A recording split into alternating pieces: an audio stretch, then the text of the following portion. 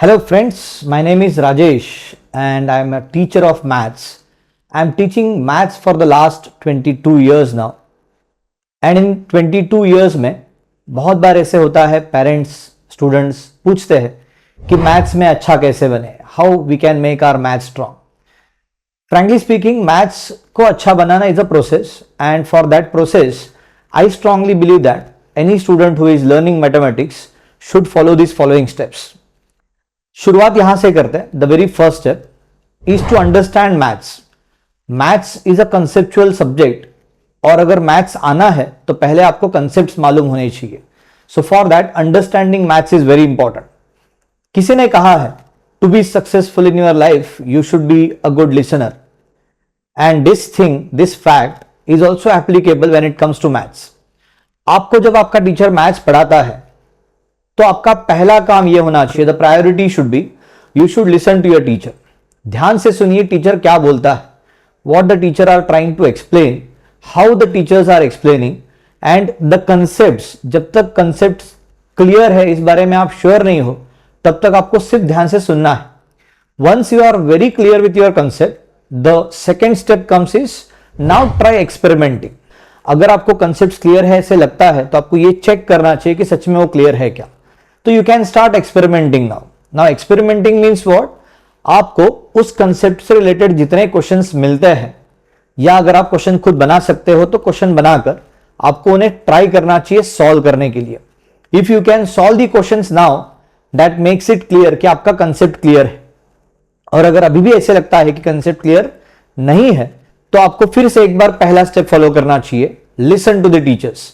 जब teacher sums explain करते हैं तब भी आपको ध्यान देके सुनना चाहिए दैट जो कंसेप्ट आपको समझ में आया था अब उसको जब अप्लाई करना है तो टीचर क्या क्या सोचता है. when you will try to connect this very well you will be now also understanding how to apply the concepts. so concept समझ कर लेना is the first point. second point is how to apply the concept, second point है. तीसरा point आता है once you know the concept now you know the application of concept you should practice on that now. Practice करने का एक ideal तरीका यह हो सकता है कि आप बहुत सारे क्वेश्चन सॉल्व करो, एक्स्ट्रा क्वेश्चन सॉल्व करो. सिर्फ उतने ही क्वेश्चन मत करना जो टीचर ने दिया हुआ है. Try looking for extra questions based on the concepts and जितने क्वेश्चंस आप अलग अलग तरह के से सॉल्व करोगे उतना आपका कंसेप्ट क्लियर होते जाएगा, उतना आपका अंडरस्टैंडिंग बेटर होते जाएगा. So understanding the concepts, application of concepts which you understood and then practice. ये तीन स्टेप्स आपके हो गए. चौथा इंपॉर्टेंट स्टेप यहां पे आता है that when you are trying to practice the questions of the concept जो आपने समझ के लिए थे एंड जहां जहां पे आपको लगा कि this is a trouble, this is a problem जिसके आंसर आपको नहीं मिल रहे हैं, you should meet your teachers.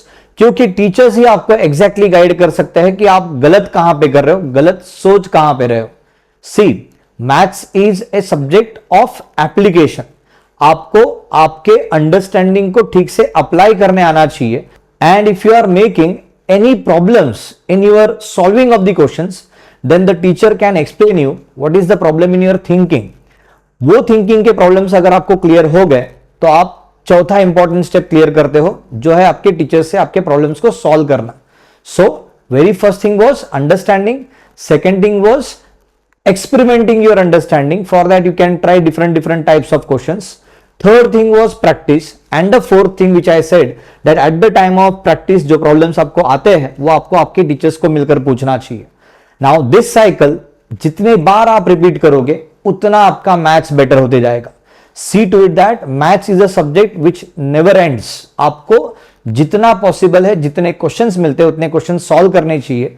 Go on practicing this 4 steps again and again and again and again. आपका मैथ्स परफेक्ट बन जाएगा. This is my guarantee.